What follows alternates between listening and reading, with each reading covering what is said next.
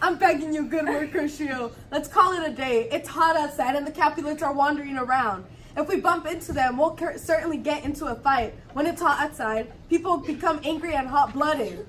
You're like one of those guys who walks into a bar and slams his sword on the table and then says, I pray I never have to use you. By the time he orders his second drink, he pulls his sword on the bartender for no reason at all. Wow, am I really like one of those guys? Come on, you can be as angry as any guy in Italy when you're in the mood. When someone does the smallest thing to make you angry, you get angry. And when you're in the mood to get angry, you find something to get angry about. And what about that? If there are two men like you, pretty soon there'd be none because the two of you would kill each other. You would fight with a man if he had one whisker or one less whisker in his beard than you have in your beard. You'll fight with a man who's cracking nuts just because you have hazelnut colored eyes. Only you would look for a fight like that. Your head is full of fights as an egg is full of yolk. But your head has been beaten like scrambled eggs from so much fighting. You started to fight with a man who caught in the street because he woke up a dog that was sleeping in. Didn't you argue out with your tailor for wearing one of his new suits before the right season and with another for tying the new shoes he made with his old laces? And yet you're the one who wants to teach me about resistance? If I were the habit of fighting the way you are, my life insurance rate would be sky high. Your life insurance? That's foolish. Oh great, here come the Capulets. Well, I don't care. Follow me closely. I'll talk to them. Good afternoon, gentlemen. I'd like to have a word with one of you. You just want word with one of us? Put it together with something else. Make it a word and a blow. You'll find me ready enough to do that, sir, if you give me a reason. Can't you find a reason without giving me one? Mercutio, you hang out with Romeo. Hang out? Who do you think we are? Musicians in a band? If we look like musicians to you, you can expect to hear nothing but noise. This is my fiddlestick I'll use to make you dance. God damn it, hang out? We're talking here in public place. Either go somewhere private or talk it over rationally, or else just go away. Out here, everyone can see us. Men's eyes were made to see things, so let them watch. I won't move to please anybody. Well, may peace be with you. Here comes my man, the man I'm looking for. He's not your man, all right? Walk out into a field and he'll chase you. In the sense you can call him your man. Romeo, there's one thing I can call you. You're a villain. Tybalt, I have a reason to love you. That lets me put aside the rage I should feel and excuse my insult. I am no villain, so goodbye. I can tell you that you don't know who I am. Boy, your words can't excuse the harm you've done to me. So now turn and draw your sword. I disagree. I've never done you harm. I love you more than you can understand until know the reason why I love you. And so, good Capulet, which is a name I love, my own name. You should be satisfied with what I say. This called submission is dishonorable and vil. The thrust of a sword will end this. Surrender. Tybalt, you rat catcher, will you fight me? What do you want from me? Good king of cats, I want to take one of your 9 lives. I'll take one, and depending on how you treat me after that, I might beat other 8 out of you too. Will you pull your sword out of its sheath? Hurry up, or I'll smack you on the ears with my sword before you have yours drawn.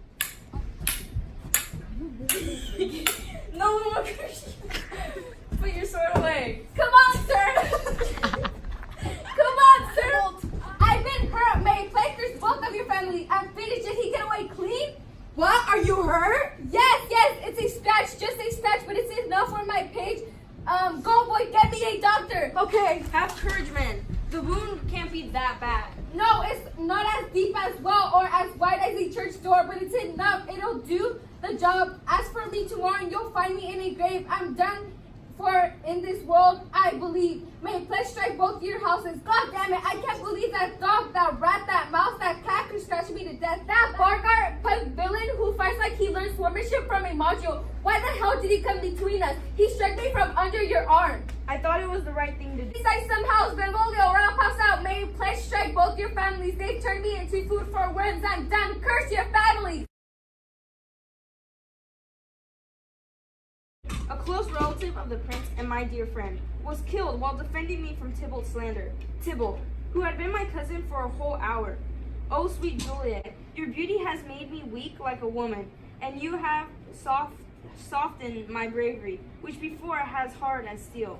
Oh, Romeo, oh, Romeo, brave Mercutio is dead. His brave spirit has floated up to heaven, but it was too early for him to leave life on earth. The future will be affected by today's terrible events.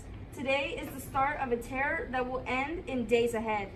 Oh, here comes the furious Tybalt back again. He's alive and victorious, and Mercutio's dead? Enough with mercy and consideration. It's time for rage to guide my actions. Now, Tybalt, you call me a villain? The way you did before? Mercutio's soul is floating right above our heads, and he's waiting. Either you or I or both of us will go up there with him. Wretched boy, you hung out with him here, and you're going to heaven with him. This fight will see who dies.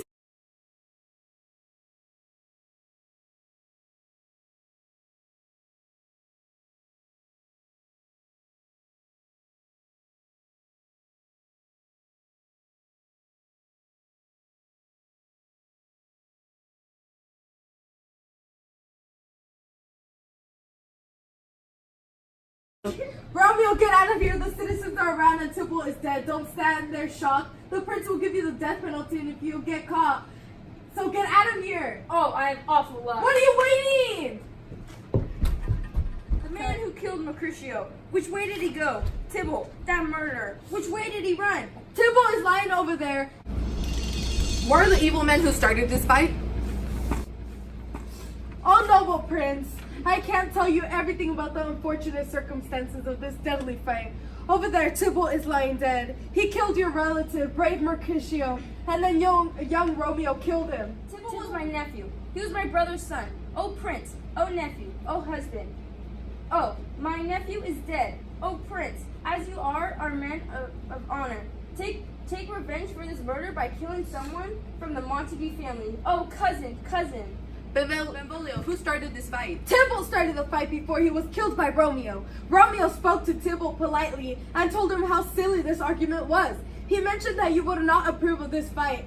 He said all of this gently and calmly, kneeling down out of respect, but he could not make peace with Tybalt, who was in an angry mood and wouldn't listen to talk about peace.